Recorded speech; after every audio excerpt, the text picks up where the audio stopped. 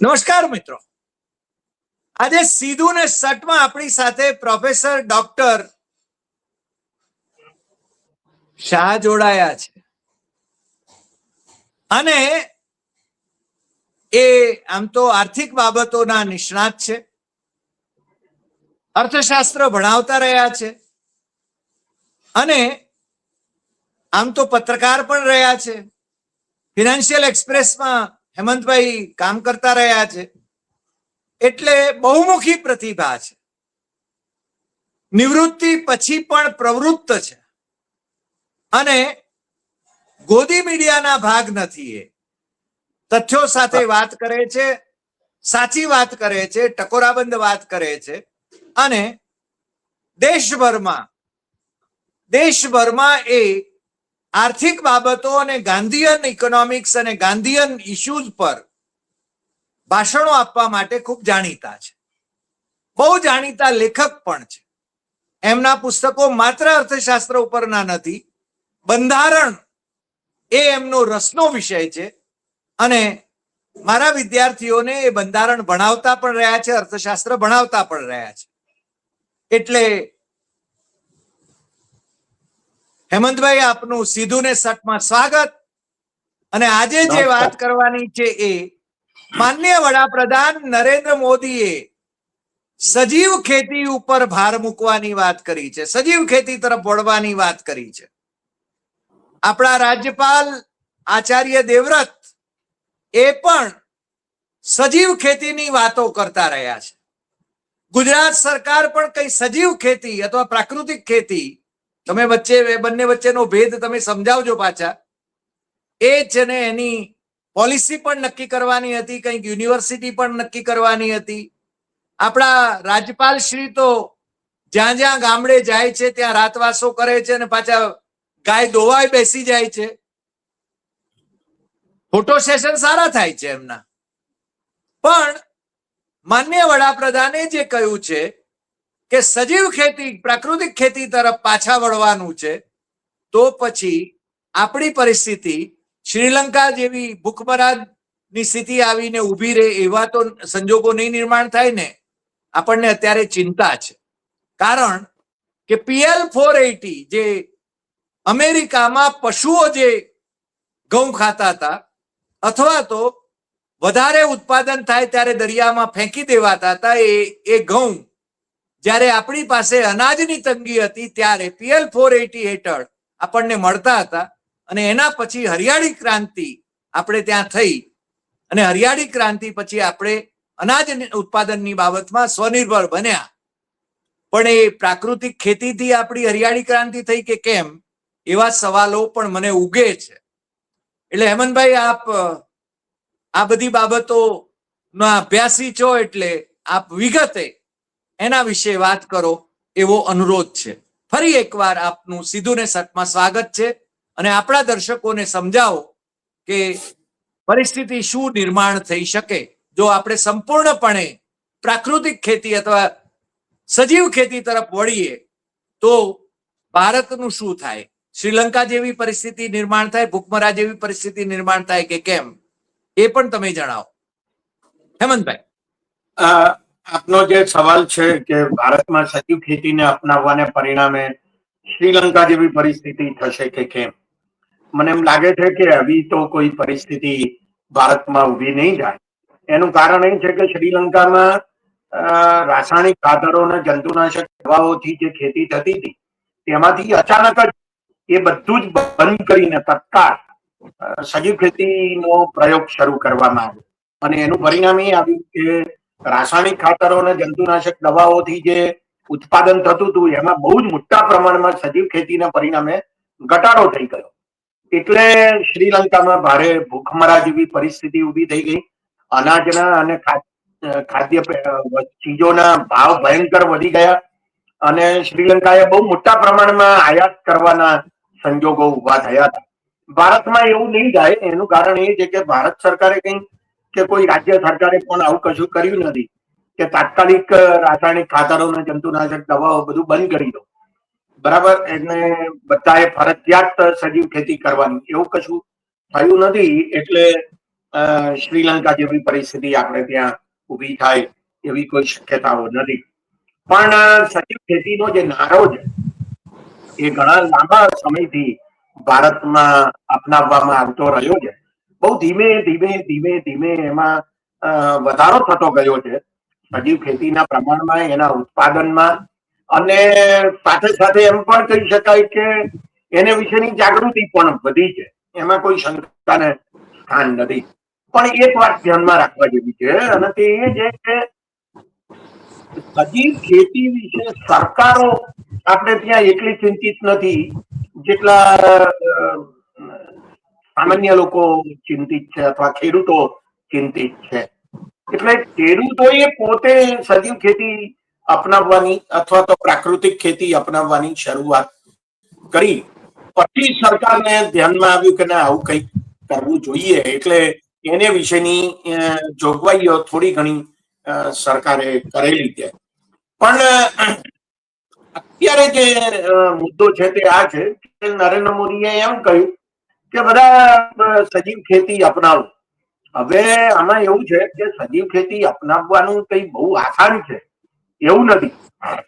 દાખલા તરીકે હું ખેડૂત હોઉં ને મારી 10 વીઘાની જમીન હોય અને એમાં હું રાસાયણિક ખાતરો અને જંતુનાશક દવાઓથી ખેતી કરતો, અને અત્યારે હું એવી ખેતી બંધ કરીને સજીવ ખેતીની શરૂઆત કરું, એટલે કે જેને આપણે બાયો ફર્ટિલાઇઝર કહીએ, બરાબર, જૈવિક ખાતર કહીએ, અથવા લીલા પડવાશનું ખાતર કહીએ, વગેરે એવા પ્રકારની પ્રાકૃતિક કે સજીવ ખેતીની શરૂઆત કરું તો મારું ઉત્પાદન વધી જાય.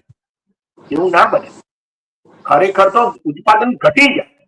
હવે જો ઉત્પાદન ઘટે તો મને તો નુકસાન થાય, અને આવું કમસે કમ 3 વર્ષ સુધી ચાલે એવું કહેવામાં આવે છે, એવા અનુભવો છે.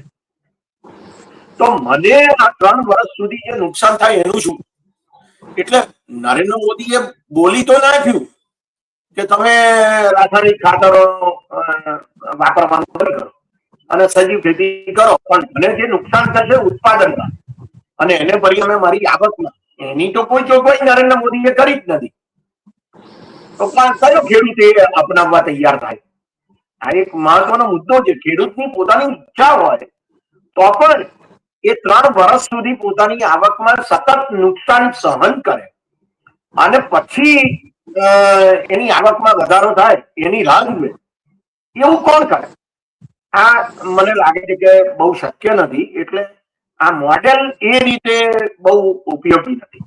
બીજો એક અગત્યનો મુદ્દો કે આવું કેમ કહ્યું નરેન્દ્ર મોદીએ? તો એમનો ઈરાદો ડોલર બચાવવાનો છે. એનું કારણ એ છે કે આપણે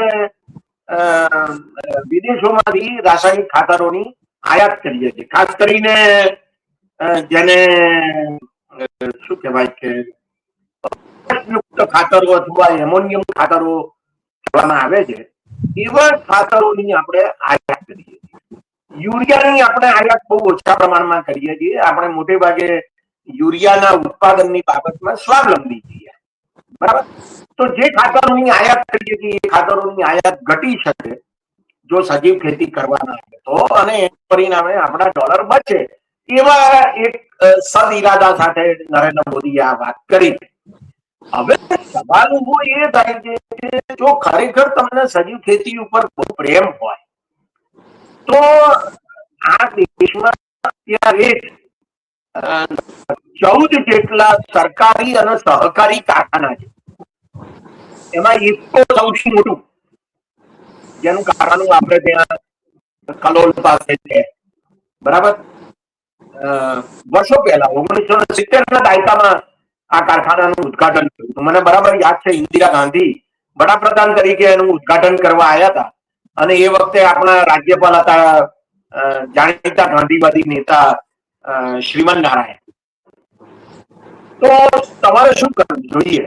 આ રાસાયણિક ખાતરો પેદા કરનારી જે ખુદ સરકારી સહકારી કંપનીઓ છે, એમના ઉત્પાદન ઉપર તમે ખેડૂતોને સબસિડી આપો છો, તો આ સબસિડી ઓછી કરવાનું કામ તો કરો થોડું, કે જેથી રાસાયણિક ખાતરો ઓછા થાય. અને બીજી વાત, ખેડૂતોને જે નુકસાન થાય સજીવ ખેતીમાં 3 વર્ષ સુધી, એને ભરપાઈ કરવાની વ્યવસ્થા કરો, તો સજીવ ખેતી વધે અને ઉત્પાદન વધે. નહીં તો ના વધે.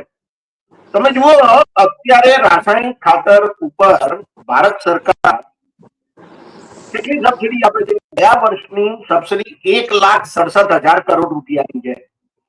ઓહો. 1,67,000 કરોડ રૂપિયાની સબસિડી રાસાયણિક ખાતરોમાં આપવામાં આવે.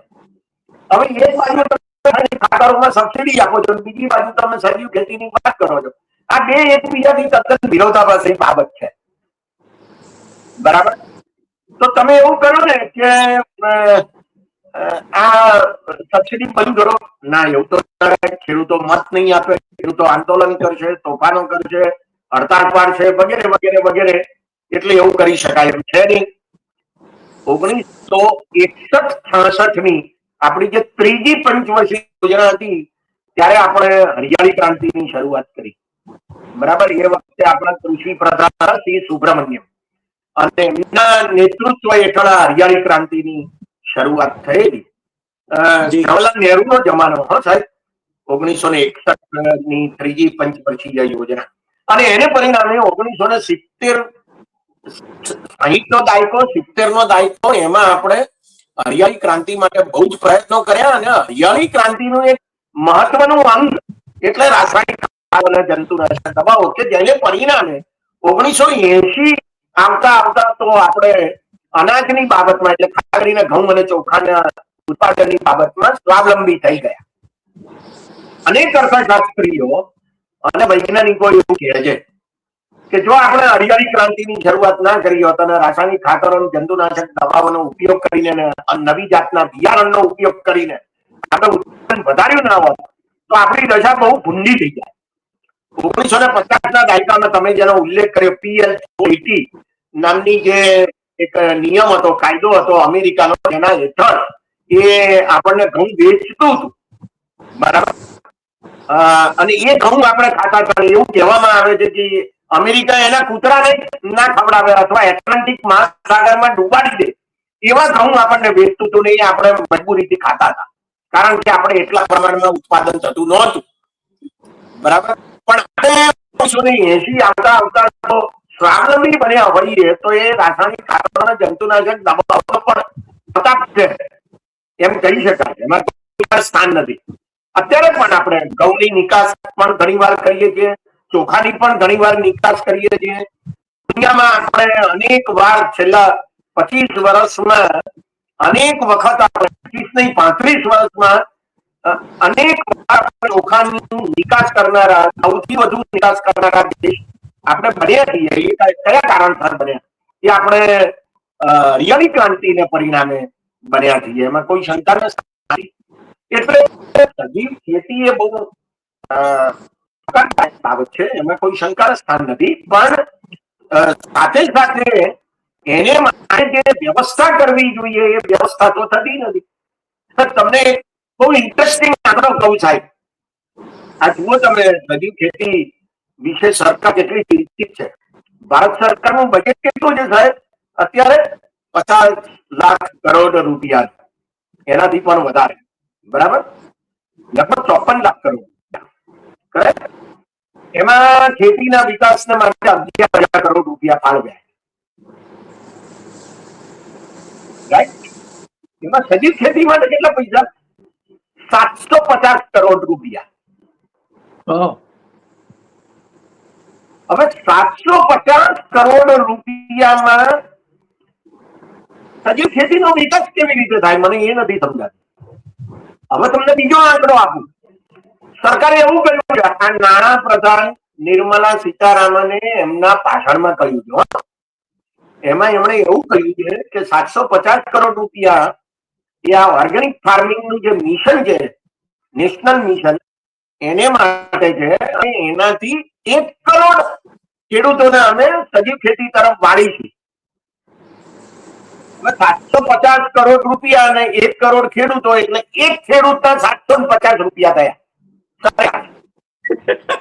મજાક છે, મજાક છે. આનાથી સજીવ ખેતી થાય તો આ તમે શું કરી રહ્યા છો ને શાની વાત કરો છો એ મને નથી સમજાતું. 750 રૂપિયાનું પ્રોત્સાહન આપો તમે અને ખેડૂત એ સજીવ ખેતી તરફ વળે આ તો શું કહેવાય, ભારત આવતીકાલે ચાંદ ઉપર જવાનું છે એવી વાત કરવા જેવી વાત થઈ. એક બીજી વાત કરું તમને, ગુજરાતમાં સજીવ ખેતી માટે બહુ મોટું બજેટ ફાળવવામાં આવે છે એવું પણ નથી.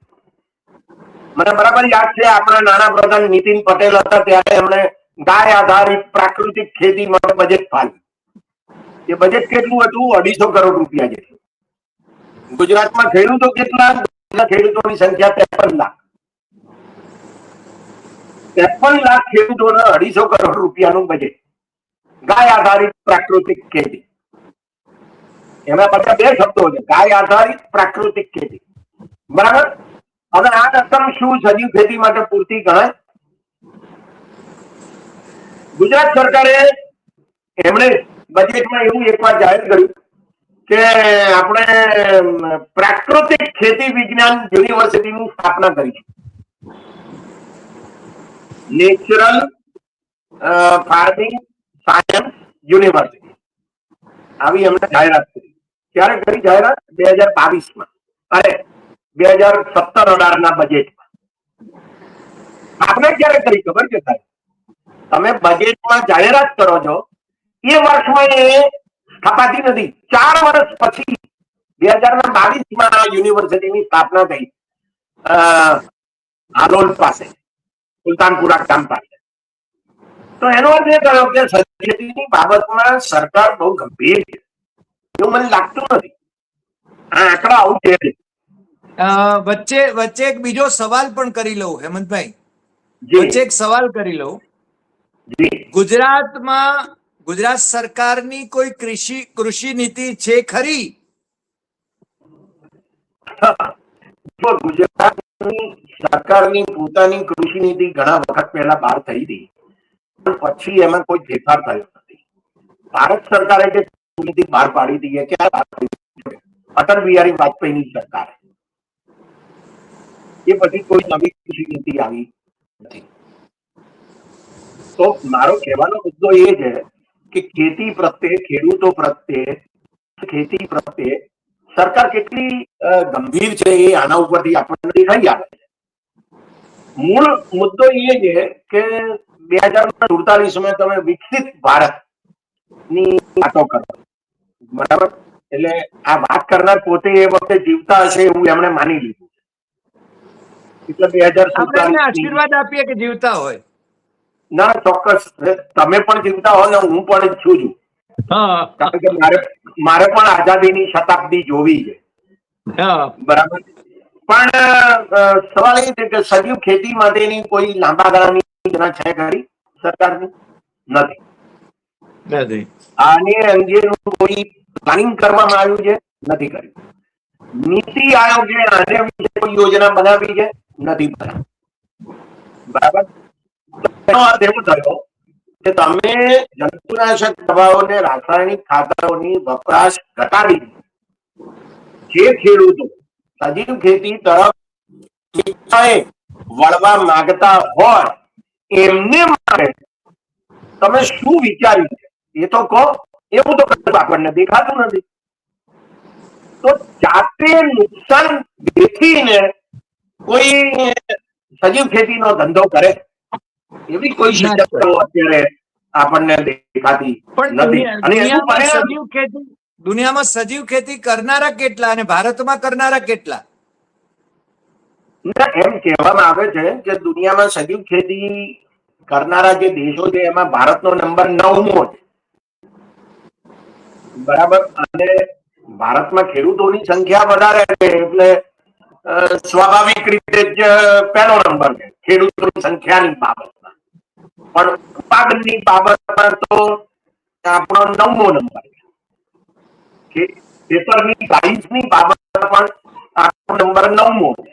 એટલે એ રીતે જુઓ તો કંઈક બહુ આગળથી આપણે સજીવ ખેતીની બાબતમાં એવું કહી શકાય એમ નથી. તમે આંકડાની દ્રષ્ટિએ જુઓ તો અત્યારે એવો અંદાજ છે કે દેશમાં સજીવ ખેતીથી જે પેદાશો ઉત્પન્ન થાય એનું બજાર મૂલ્ય લગભગ 20,000 કરોડ રૂપિયાનું છે. અને એમાંથી આપણે લગભગ 15 થી 20% જેટલી નિકાસ કરીએ છીએ. બાકીની બધી વપરાશ એ આપણે ત્યાં જ થાય છે. પણ મુદ્દો તો ત્યાં આવીને ઉભો રહે છે કે આમાં કેવી રીતે વધારો થઈ શકે. દેશની જે કુલ ખેતી છે એમાં સજીવ ખેતીનું પ્રમાણ 2.5 થી 3% જેટલું છે.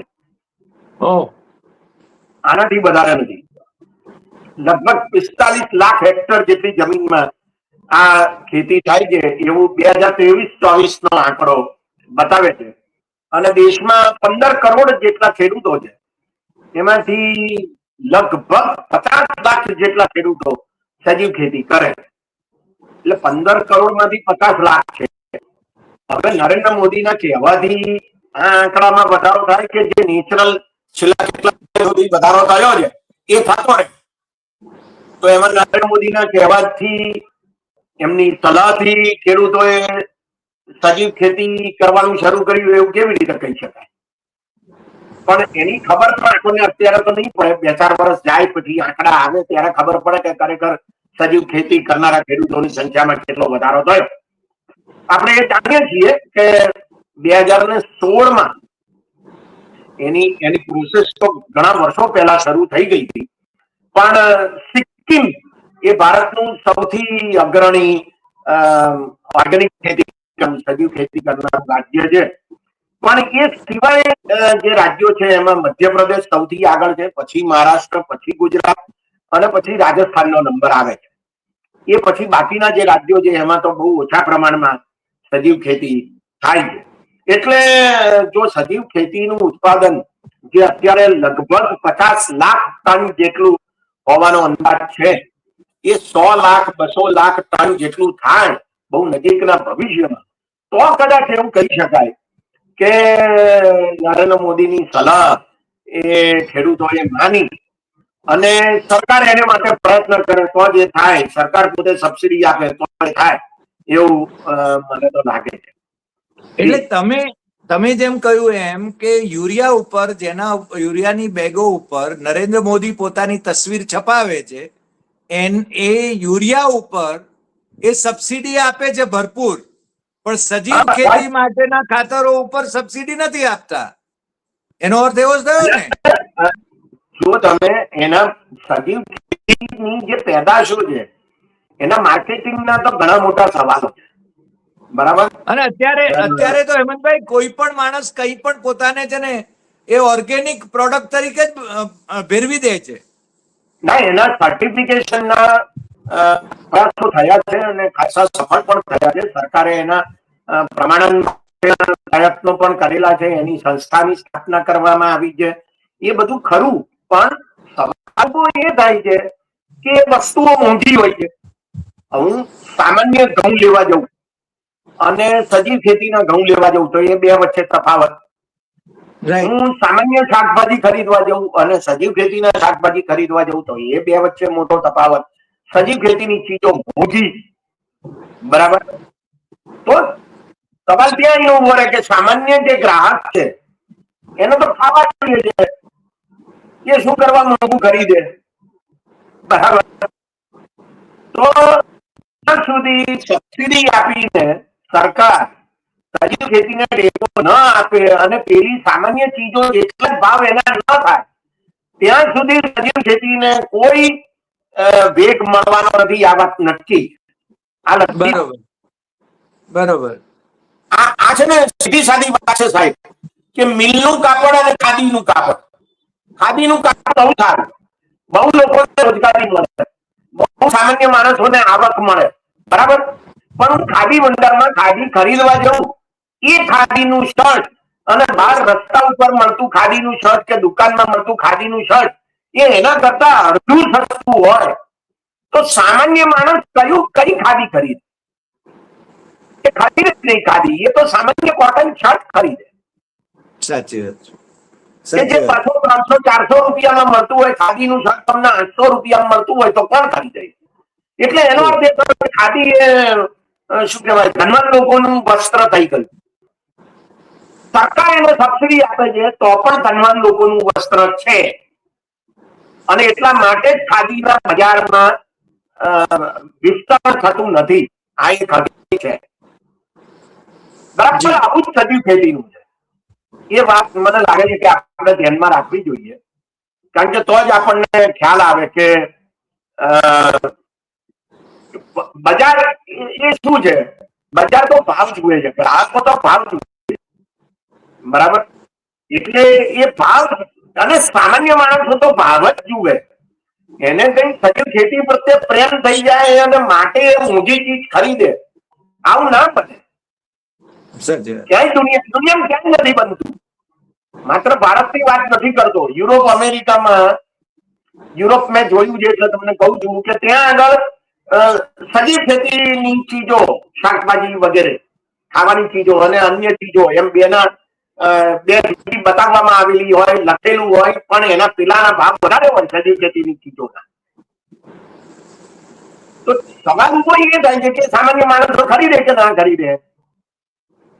આ જ્યાં સુધી ઉકેલ નહીં ત્યાં સુધી સજીવ ખેતીની ચીજોના બજારમાં વધારો થશે નહીં. રાઈટ.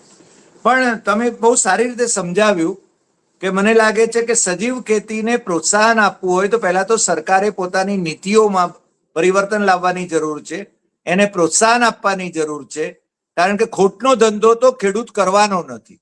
અને એટલા માટે જ તમે જે આંકડાઓ આપ્યા એ પ્રમાણે 2 થી 2.5% જેટલા જ ખેડૂતો એ છે ને ભારતમાં કદાચ સજીવ ખેતી તરફ વળ્યા હોય.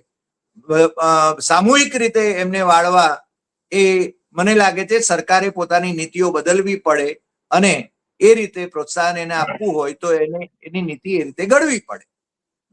આજે આપ અમારી સાથે જોડાયા અને આ વિશ્લેષણ આપે તથ્યોને આધારે આપ્યું, એ બદલ આપનો ખૂબ ખૂબ આભાર. ફરી મળીશું નવા એપિસોડમાં નવા વિષય સાથે. નમસ્કાર.